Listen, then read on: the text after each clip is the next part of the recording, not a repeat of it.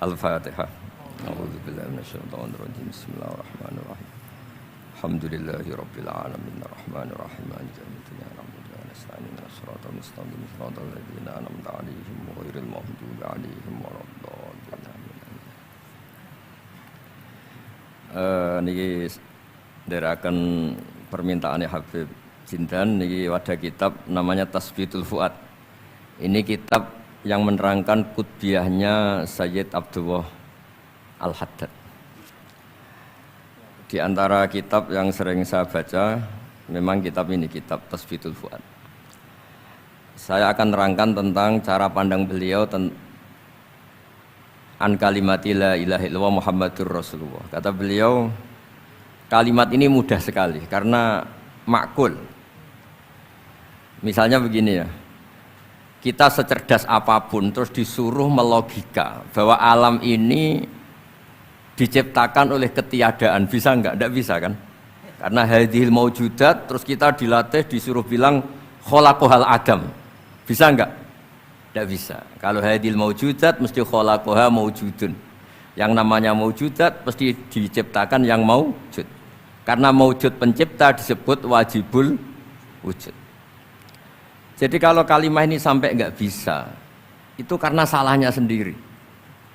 Makanya di hadis Bukhari, setiap ada orang musyrik masuk neraka, kata Allah, aradtu minka ahwana min dalik. Sebagian riwayat aisara min dalik. Hanya aisar itu, kita disuruh menahankan Fir'aun itu kan berat. Wong Tuhan kok mati, wong Tuhan kok tenggelam. Susah, secara logika susah. Tapi kalau disuruh menuhankan Allah itu gampang sekali. Huwal kabirul muta'al, huwal ghaniyyu, huwa ala kulli syai'in qadir. Jadi hadatin dinun yusrun. Karena apa? Logikanya gampang sekali. Sebab itu di antara kenangan kula Mbak Sayyid Abdul Haddad cara menerangkan tauhid. Tauhid itu justru mudah. Yang enggak mudah itu tasyrik. Masa Fir'aun kita samakan dengan Allah, orang yang karuan mati tenggelam disamakan zat yang tidak akan mati. Maka ajaran la syarikalah itu ajaran yang benar dan mudah. Ini cara pandang Sayyid Abdullah Al-Haddad. Jadi keliru kalau ada orang bilang susah Gus ngilangkan syirik, ngilangkan enggak ikhlas. Justru ikhlas itu yang paling mudah. Karena menuhankan Tuhan yang memang seharusnya sebagai apa? Tuhan. Terus niki kula waca beberapa dawuh Sayyid Abdul Haddad tabarruk mawon nggih. Bismillahirrahmanirrahim. Maqala fil khaufi war raja. Ar-raja'u awsa'u minal khaufi li'anna an-nafsa maghrurah. Wa man la ma'ahu ma'rifatun bi qadri khaufi yukhsha 'alaihil inqita. Jadi kita ini kalau terlalu khawatir, kita sholat jangan-jangan enggak diterima, kita sholat jangan-jangan husnul khotimah, suul khotimah, kita sudah dekat kiai, dekat habib, jangan-jangan tetap suul khotimah. Kekhawatiran ini seperti ini bisa yukhsal inqita, bisa fisik Anda tidak kuat. Maka kata beliau, ar-roja awsa'u minal khauf. Ar-roja awsa'u minal khauf. Wa rahmati wasi'at kulli syai'. Dan ditulis di aras, inna rahmati sabaqat ghadabi wa riwayatin ghalabat ghadabi. Ya ini jadi jelas ya. Ar-roja awsa'u minal khauf. Li'anna nafsa maghrurah wa man nama'ahu ma'rifatun bi qadri khaufi yukhsha 'alaihil inqita. Waqad qila al-khaufu kulluhu lirrajin war-raja' kulluhu lil khaifin wa tabi'atun nafsi tab'atu ma hiya min taba'it. Terusnya, jadi saya punya cerita ya. Ada orang fasik, banyaklah orang, mungkin di semua negara juga banyak. Sampai berani hidup itu kalau ngandani anak-anaknya, nak yang fasik saya tok, jangan sampai kamu. Nanti orang yang bodoh juga gitu, bapaknya agak tamat SD, nak yang goblok bapak kamu saja, kamu tidak usah ikut goblok. Ini gara-gara rahmat agama ini limangkana yarjuwah. Agama ini bagi selalu yang punya rojak, tidak bagi yang putus asa. Rasulullah ketika di Abdul Yalil, ketika di Taif dia lempari batu, Malakul Jibal ingin menghabisi mereka. Tapi apa kata Nabi? Allahumma hdi qaumi fa innahum la ya'lamun. Ketika malaikat bilang, tapi mereka kafir semua. Nabi kata Nabi apa? Arju ayyukhrijawah min aslabihim ma ya'budu wa la yusyriku bihi syai'an. Yang memberanikan Nabi itu satu. Saya tetap berharap kalau bapaknya kafir, saya berharap anaknya sudah tidak kafir lagi. Jadi yang menggerakkan agama ini adalah limangkana yarjuwah, bagi yang selalu punya harapan. Jadi yang fasik ya masih sedang fasik. Makanya di doa-doa para habaib kan tuqabilal mudhniba minna bil ghufran wal musi'a bil ihsan. Ada satu tafsir yang menafsiri ruhama bainahum yat'u salihum li taliqihim wa taliquhum li salihihim. Jadi enaklah beragama ini nah. Karena kata beliau ar-raja ausa'u minal khauf. Nggih ngoten kula kepen ngaji Habib Jinder malah saya ngaji gimana ini kalau. Sudah cukup Habib Novel ya? Sudah. Ayo Habib Salim sekarang. Salim.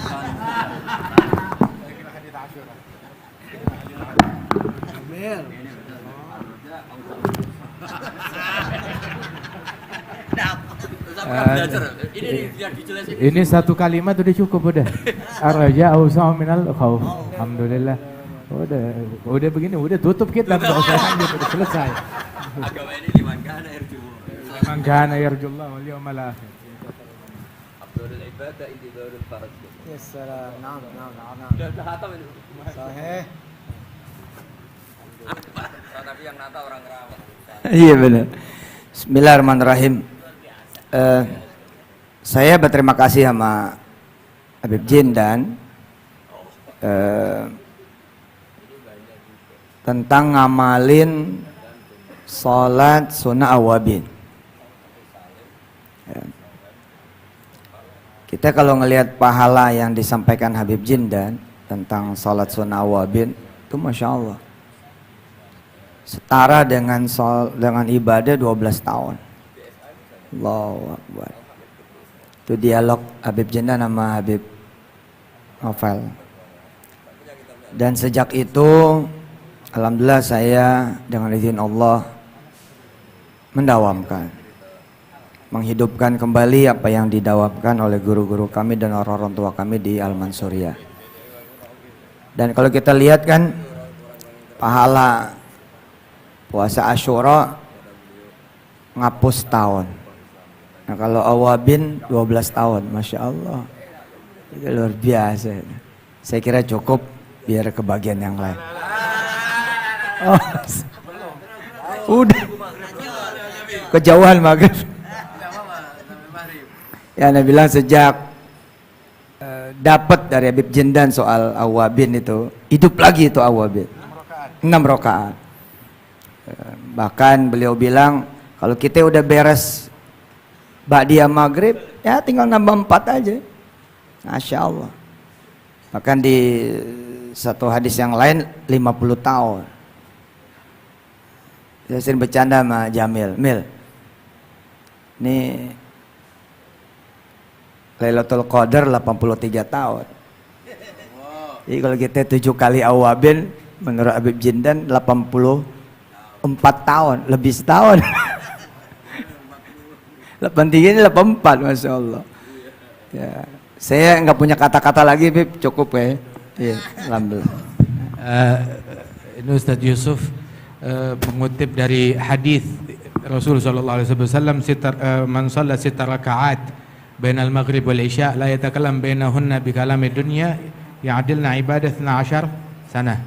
Itu yang salat 6 rakaat antara maghrib dan isya enggak diselingi dengan omongan duniawi, itu 6 rakaat pahalanya seperti 12 tahun. Alhamdulillah diamalkan, dipraktekkan sebagaimana beliau udah dapat dari guru-gurunya sebelumnya. Nah tapi ada tambahan lagi nih sekarang Ustadz. Nah kita nggak tahu kapan itu Lailatul Qadar disembunyikan oleh Allah Ta'ala. Tapi kita bisa Lailatul Qadar cuma di bulan Ramadan doang. Tapi kita bisa dapat testernya. Nah, kayak minyak wangi itu ada testernya. Nah Lailatul Qadar juga ada testernya. Kapan? Mesti nunggu Ramadan? Enggak, nunggu Isya aja. Itu Nabi bilang dalam hadis 4 rakaat ba'dal isya kamithlihinna min lailatul qadar. 4 rakaat salat sunnah 4 rakaat sehabis isya pahalanya seperti 4 rakaat di malam Lailatul Qadar.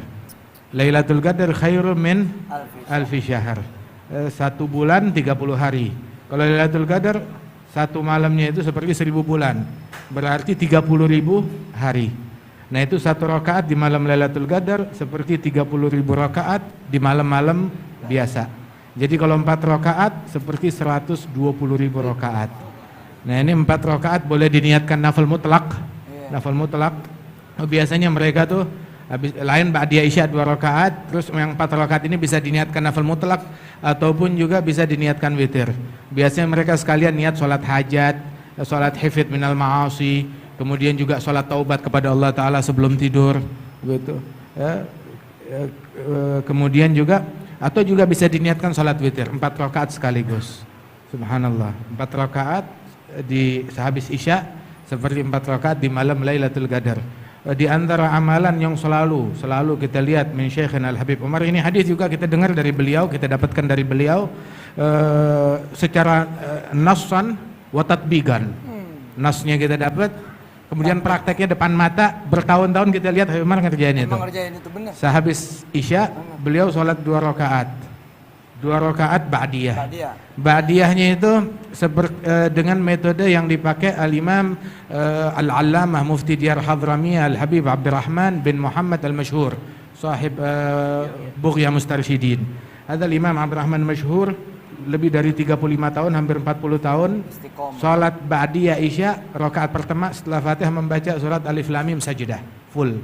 Rakaat kedua membaca surat Tabarak. Wal Habib Umar yang kita lihat selama yang kita kenal itu ba'diyah isyanya ya begitu. Ya, seperti itu. Pakai rakaat pertama sehabis Fatihah Alif Lam Mim Sajdah, rakaat kedua Tabarak. Wal Habib Abdurrahman Mashhur kakeknya Habib Umar. Kakeknya Al Habib Umar dari neneknya beliau. Ya, sebab Al Habib Salim bin Hafidh menikah dengan putrinya Al Habib Ali Al-Mashhur bin Al Habib Ali bin Abdurrahman bin Muhammad Al-Mashhur, Mufti Diyar Hadramiyah. Kemudian juga setelah dua rakaat itu baru beliau tambah sholat 4 rakaat. 4 rakaat yang sama seperti 4 rakaat di malam Lailatul Qadar. Masya Allah, ini kita pulang dari sini dapatnya banyak banget insya Allah. Ya, tapi kalau diamalkan. Qabilnal ijazah. Salim Syatiri, Habib Salim Syatiri, beliau bilang ente kalau masuk maktabah, perpustakaan, ada amalan yang nggak bisa kita capai, yang sulit dicapai dengan perbuatan, itu pahalanya bisa kita capai dengan niat. Maka ketika masuk perpustakaan ngelihat kitab yang banyak, niat untuk membaca semuanya, mempelajari semuanya, mengamalkan semuanya. Udah dapat. Fasilitas itu. Walaupun kita hadir di sini, banyak yang kita dengar, paling enggak kita niatkan. Masya Allah. Wa inna malikul imrin ma nawa, an-niyah matiyah. Yaqul Sayyidina Al-Junaid, man fataha ala nafsihi baban niyyah hasanah fatahallahu alaihi 70 min abwabit taufiq. Yang buka buat dirinya 1 pintu niat kebaikan, dibukakan oleh Allah 70 pintu niat taufik, bantuan terwujudkan amalannya tersebut. Fi riwayah niatul mu'min khair min amalih. Ya dari sisi ya nggak pakai capek, nggak pakai keluar duit, nggak pakai apa. Pahalanya bukan nanti, dari sekarang udah bisa kita dapatkan. Min nahiyah. Maghrib. Makanya niat itu, Beb, niat ngapalin Quran.